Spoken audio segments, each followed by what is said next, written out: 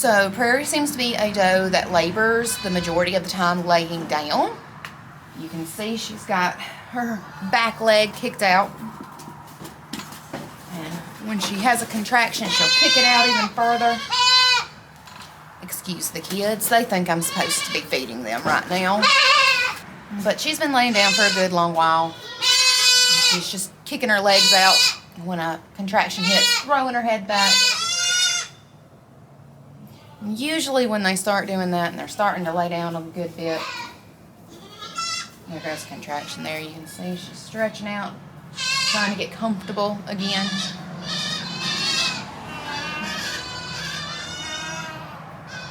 But normally when they start laying down this much, it usually means they're not too far from starting to push. And it is 12:08 now.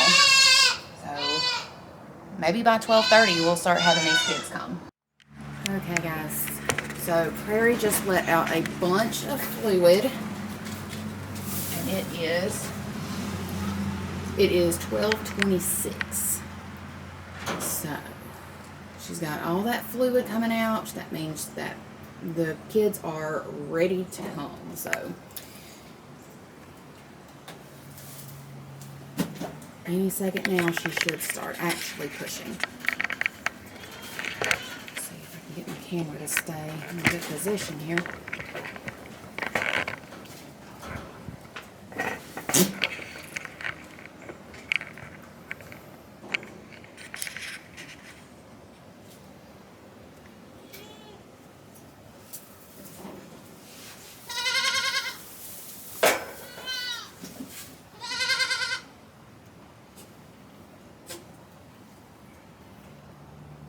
You can see her yawning. That means that the contractions have gotten harder and it's starting to actually hurt her. Goats yawn when they're in pain. Also, guys, excuse all of the wind. We are under a wind advisory today. We're supposed to have bad thunderstorms tomorrow. So I'm really glad she's getting this done and out of the way today. But yeah, it is going to be a little windy and I do apologize for that. Okay guys, it's 12:36 and she just started her first little pushes. You can barely see them.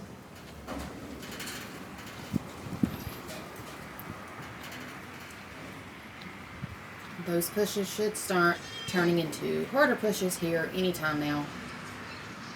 She's already streaming when she released that fluid. She started releasing mucus too. That's called streaming. And generally that means within 30 minutes your kids are going to start coming. So I have her on the countdown now. We want to make sure things progress within the next 30 minutes. It's 12:37 now. So by 1:07 we should have our first kid here at least, if not both of them. I don't know if y'all can hear it on the camera, but she just had another contraction. She was doing some mild grunting. That's those first little pushes I was talking about.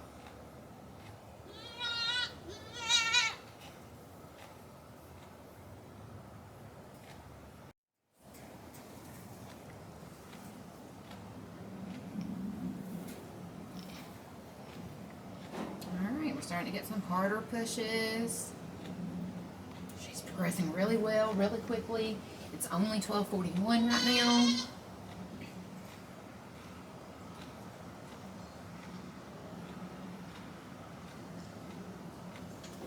There's still nothing coming out of her back end though. She's only done some first little practice pushes.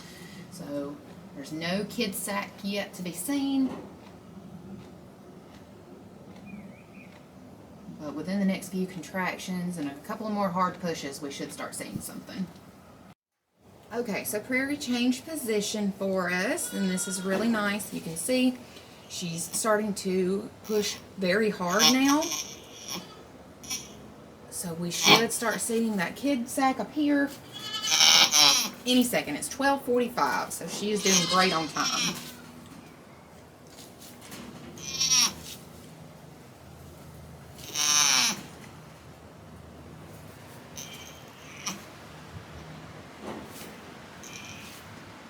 Yep, that first sack is starting to appear now.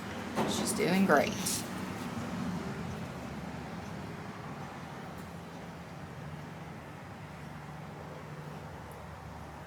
Just gonna take a little break right now until the next contraction hits.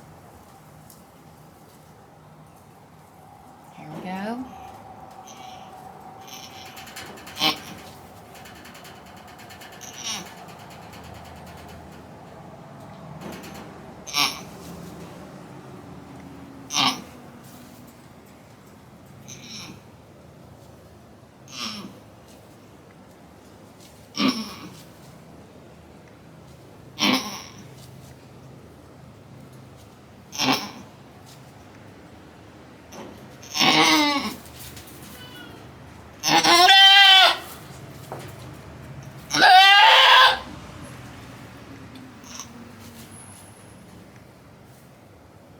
See a hoof.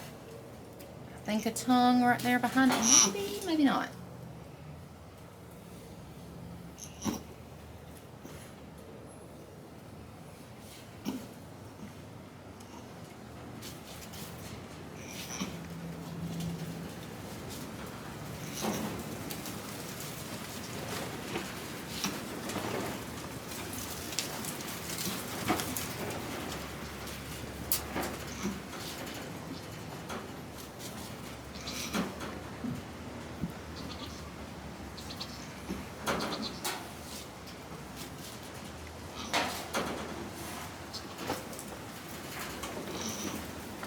I'm going to get in behind her just so I can see a little bit better.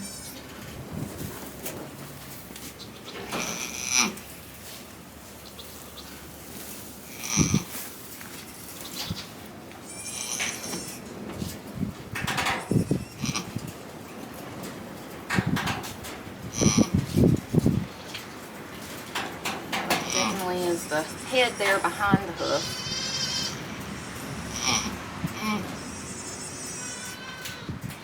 I'm just going to let her work herself to get the kid's head out.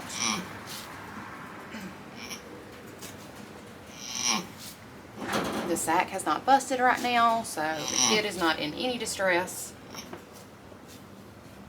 And just let her naturally stretch her vulva so that she doesn't tear.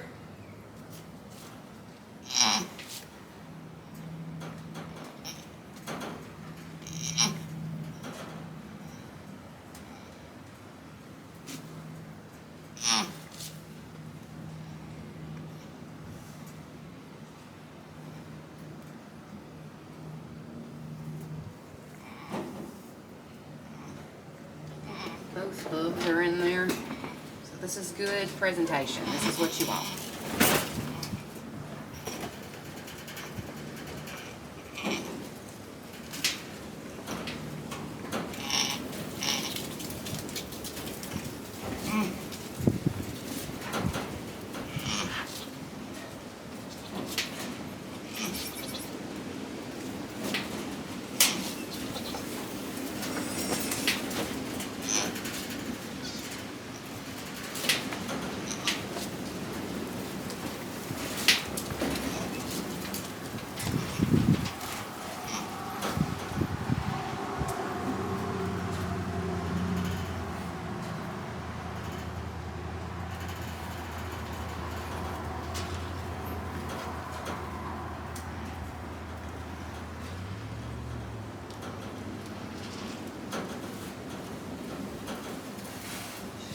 Another break here, that's fine.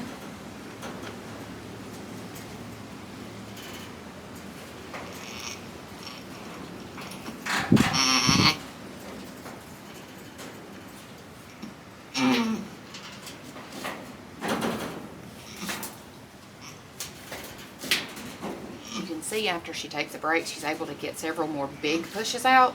So don't be afraid to let them take breaks. It is a mighty big head.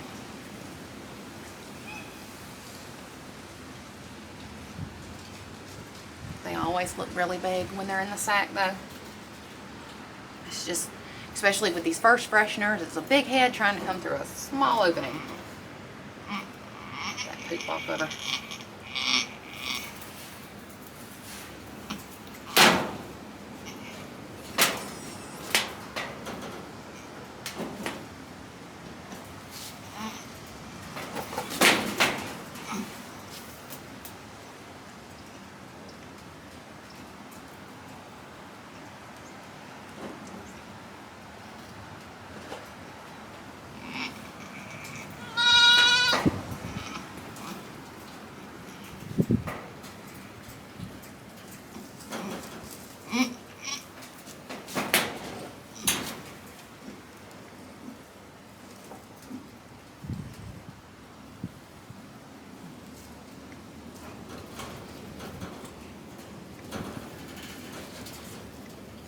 I'm definitely watching her to make sure she doesn't get too tired.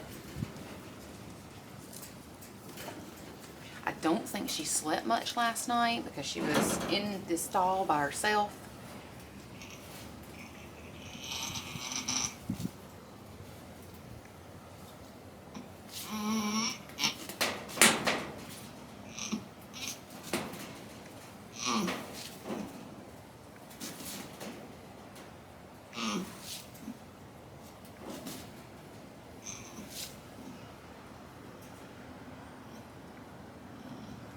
Just does not want to come out.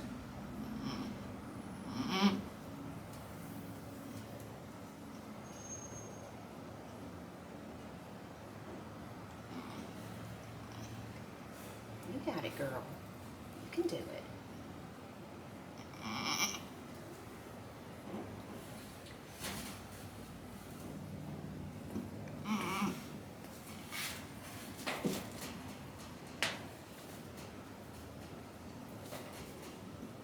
It is the worst part. Once she can get that, the rest of the kids should slide through pretty easy.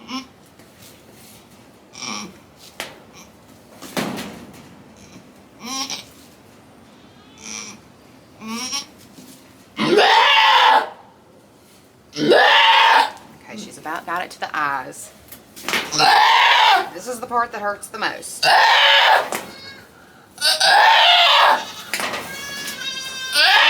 There you go. There you go. You got it. You got it. Good job, girl. Good job.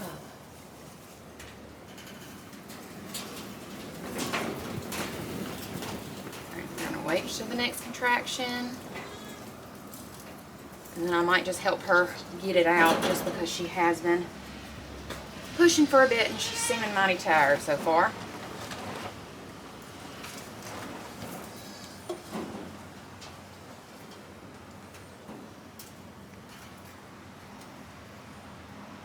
It's not abnormal for them to want to take a break here. There we go. And when you're helping pull, you want to pull down and gently.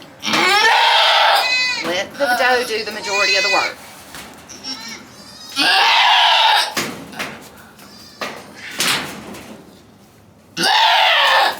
There we go. Ooh, you are a big kid. That's a lot of fluid.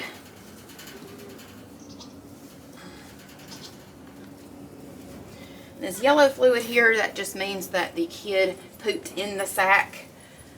That's not uncommon.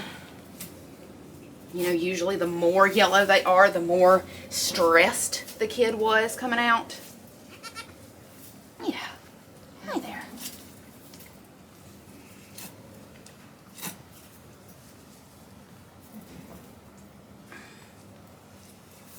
But that was not too bad of a labor at all.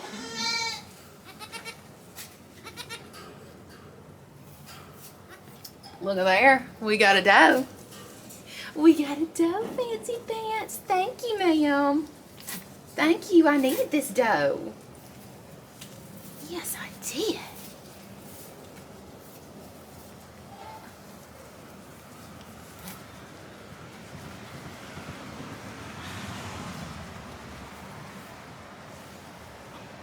I'd say she pretty much looks just like her mama. It's hard to tell with all this nastiness.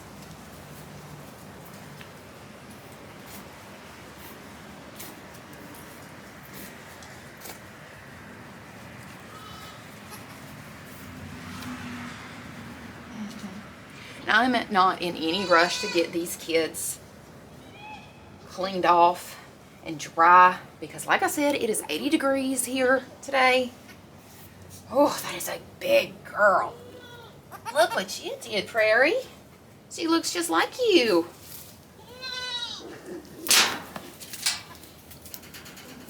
Oh, that was a lot of fluid. Oh.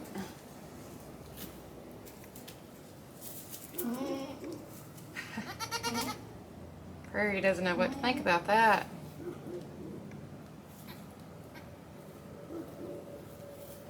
It's okay, Prairie. Yeah, you did that.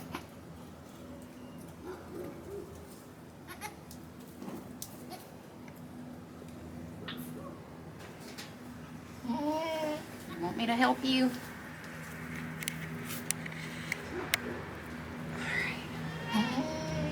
So this is the thing with those first fresheners.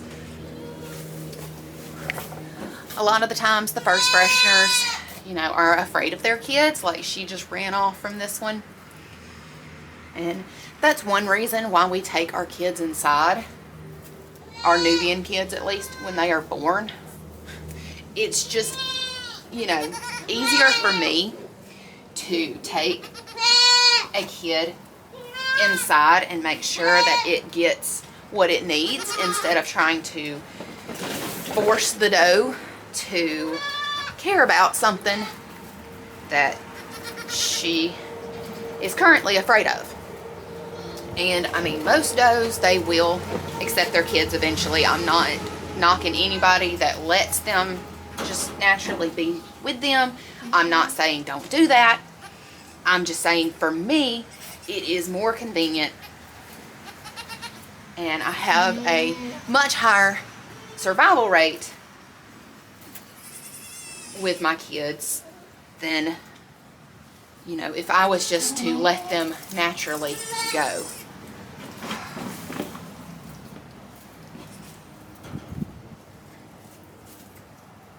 All right, Fancy just passed a Fancy. I keep calling her Fancy. Prairie. Prairie just passed a bunch of fluid again. She's probably going to start pushing. I'm waiting on her to lay back down. Hopefully. Leave this kid on this towel. See, I don't really want to touch my camera because I am nasty now. Oh, there. You can see that pretty little girl. Pretty little girl that looks just like her mama.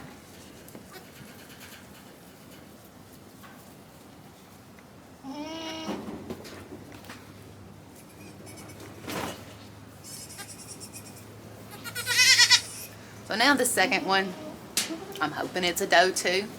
But if it ends up being a buck, you know, it won't be the worst thing in the world. He'll have plenty of friends.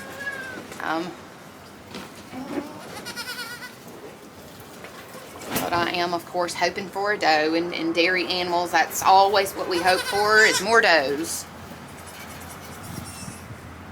And these are Ash's kids. So I'm really excited to see how Prairie crosses with Ash. I think the two should produce some very nice kids.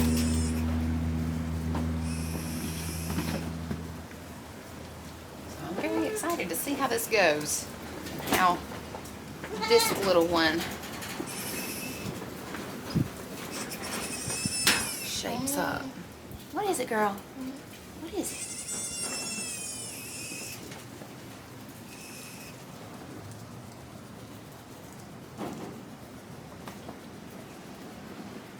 Prairie still has not moved from her spot over there. Oh. Yeah, I say that, and then she comes over here to get a peek at what I'm doing. What is that, Prairie? What is that, ma'am? Ah, you did that. You did that.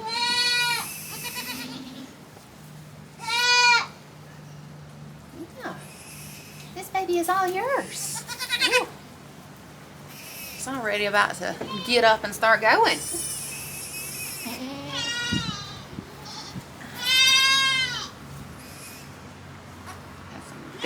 long ears. Yes, she does. Very long ears.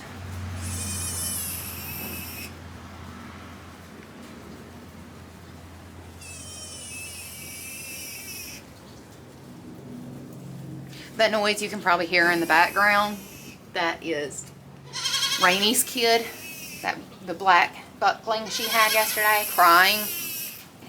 That sounds like a broke squeaky toy. Rainie left him, I think, to go see the brother, and he's pouting about it. She's already trying to eat from this bar that I have beside me. Prairie's still hanging around over here. She's not started pushing again or anything like that. So I'm just watching her. I'm really hoping she's not done already. She was pretty large, as y'all saw. She should have more than one. You saw 2 kids for sure on her ultrasound. Oh, she's trying to lay down again, so maybe this doe y'all is just gonna get up and crawl away. Prairie.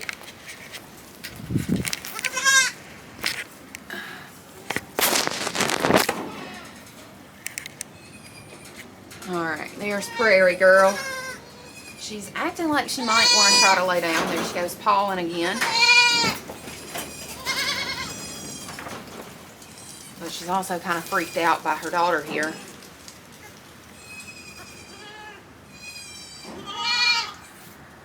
Just trying to see what she's doing. She's starting to sniff at some of the fluid that she's dropped on the ground.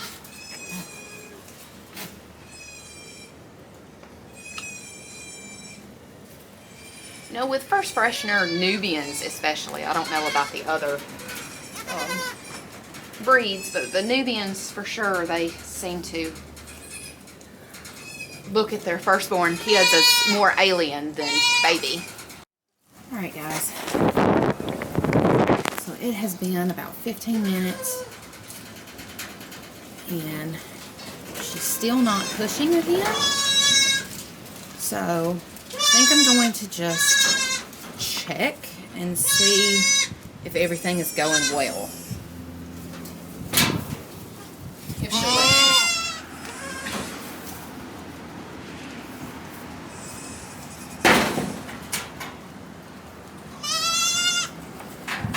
Definitely something right here.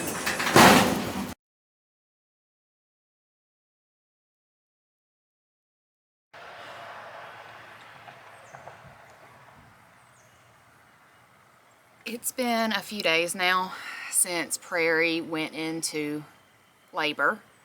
Unfortunately, it did not end like we wanted it to. It was just about worst case scenario.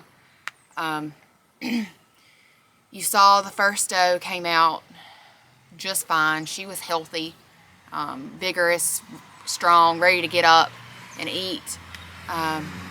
But then Prairie kind of stalled with her labor. So I went to check her, and when I checked her, all I felt was 2 hooves. The sack had already busted around the next kid, and I thought, well, you know, 2 hooves, that's good. That probably means the head is right there with it, and it should come right out.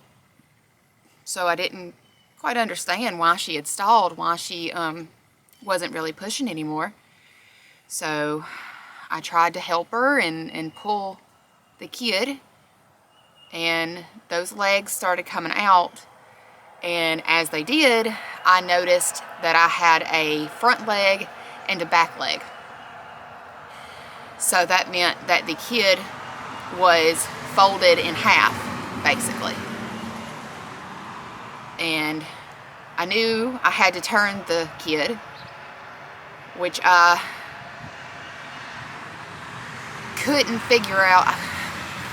I had to try to find the head of this kid, and I tried everything I could to find the head, and honestly, I made a lot of mistakes trying to pull this kid from Prairie. I went too far in to her trying to find the head when I should have went down. The kid's head was still at the bottom of the uterus. It was not anywhere near the birth canal. It was down and back. And when it took me like 30 minutes to figure out what was going on. I was absolutely in a panic. When I found the kid's neck, finally, I tried to pull its head. It was stuck behind, I guess, her hip. It seemed like to me. The head was stuck behind the hip. So I tried putting those feet back in. I tried turning the kid. Nothing would work. Finally, after about 30 minutes, probably, it felt like all day. But I know it had to have only been 20 to 30 minutes, which is still a very long time to have your hand inside of a doe. But finally, I was able to turn the kid just enough where I could get a hold of the actual head. And I mean, by now, 20 to 30 minutes, of course, this kid is gone. I would have been amazed if she wasn't gone to begin with, and that's why she started coming out in such a strange angle. Kids don't normally try to come out sideways unless they've already expired. So that is a possibility. It's a possibility that it suffocated whenever its sac broke. Like I said, it was already broke when I first found it, so it could have been broken before that first doe even came out. I finally was able to turn the kid enough, and I still couldn't get the head to come forward. Like I said, it was turned all the way back. So I had to get my kid puller. First time I've ever had to use a kid puller. And I had to get the kid puller and fish it around this kid's head with one hand, which was not easy. It took me 3 or 4 different tries to get it on my hand correctly, where as I went into her, it did not slip, and I was able to actually finally get it around the kid's head and it actually stay there, because the first couple of tries I did, it kept coming right off of the kid's head again. I could not get it to go all the way around. But I finally did get the kid puller on the kid's head, and then pulling that and one of the legs, I was able to get the kid out, no problem. But of course, it had already died. There was no helping that kid. And it was a doe, so, that's already a really, really tough blow. It was a beautiful kid. She was perfect. She looked strong and healthy, looked as big as her sister that came out right before her. So I don't know. Sometimes things just happen. Like I said, the sac could have broke and she could have suffocated in utero. But unfortunately, that is not where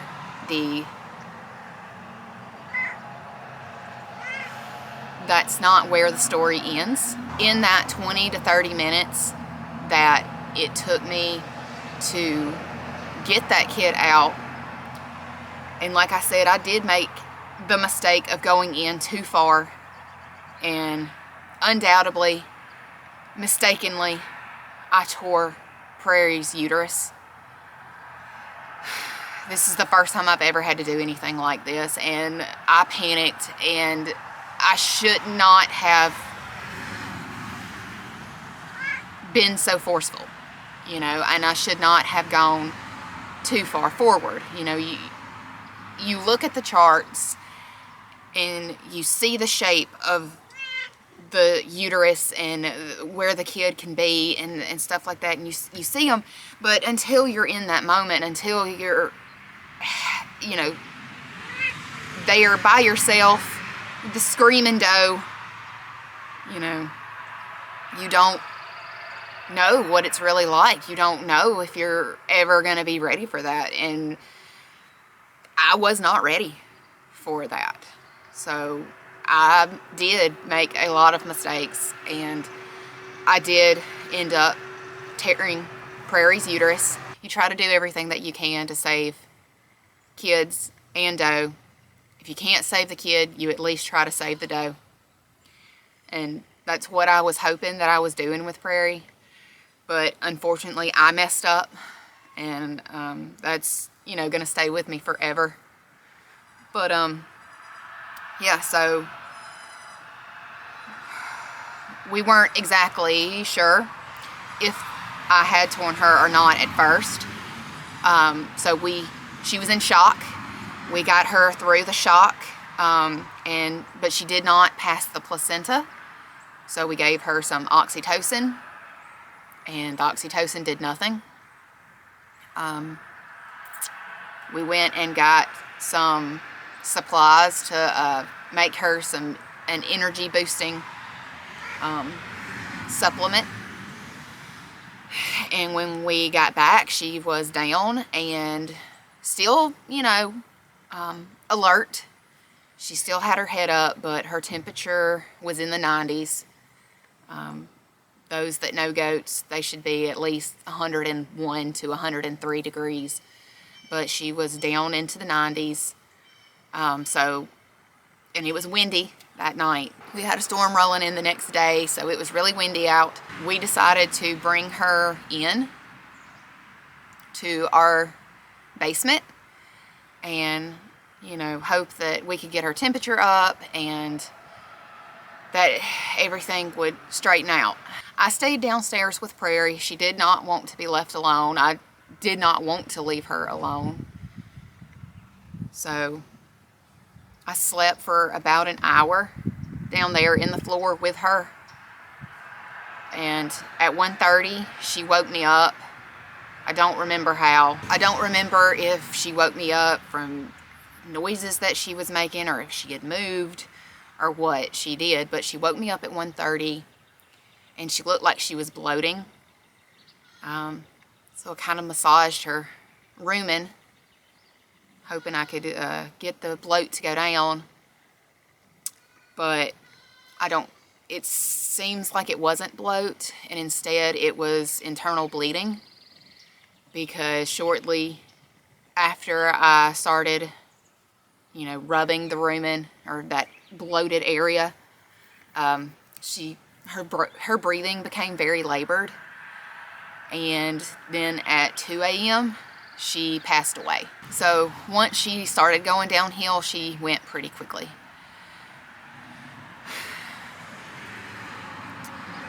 So that, unfortunately, is the end of Prairie's story. You know, we have the other doe from her to at least carry on her legacy. But I'm not saying that I blame myself necessarily. I know it's not good to blame yourself, but I did make mistakes that led to her death. Regardless, she wasn't going to be able to get that kid out on her own. So, you know, if I hadn't have been there, she still would have died. But I feel like if I would have been more prepared and known better, you know, maybe I wouldn't have made the mistakes that I did that led to her death. So, it was really hard losing her. This is our first real loss on the farm. This is the first, like, doe that we've lost.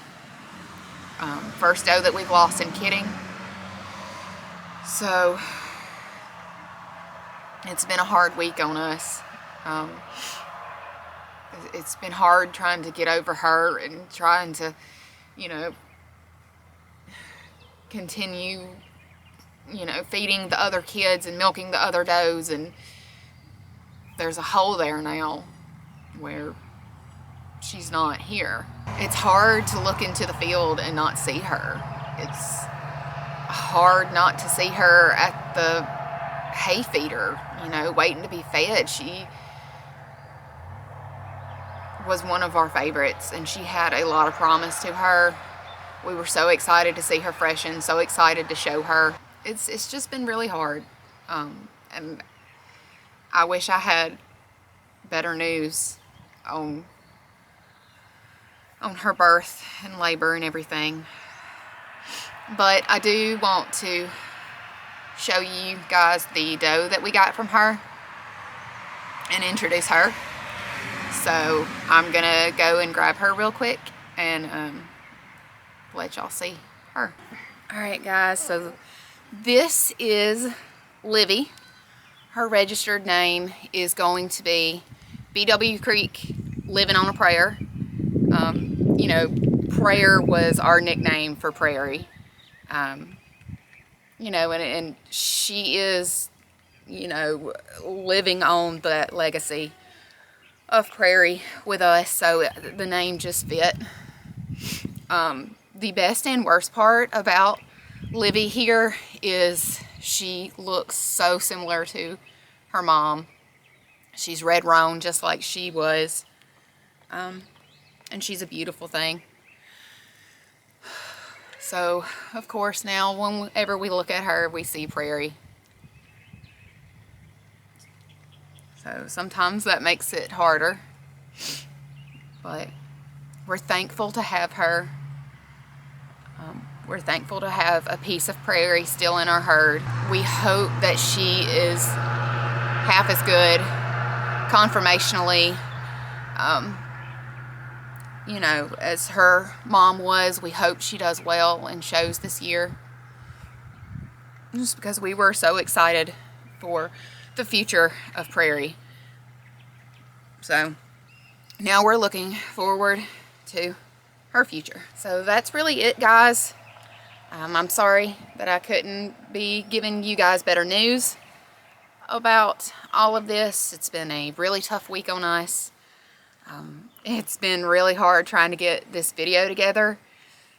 I haven't started editing it yet, but I know when I do, it's gonna be a lot of tears and emotions seeing Prairie's last moments. We have 2 more does due anytime now, any day. Hopefully their labors go seamlessly, smoothly, and then we will be done with our kiddings for the year. And I am so ready for it to be done after this week. Y'all just don't even know.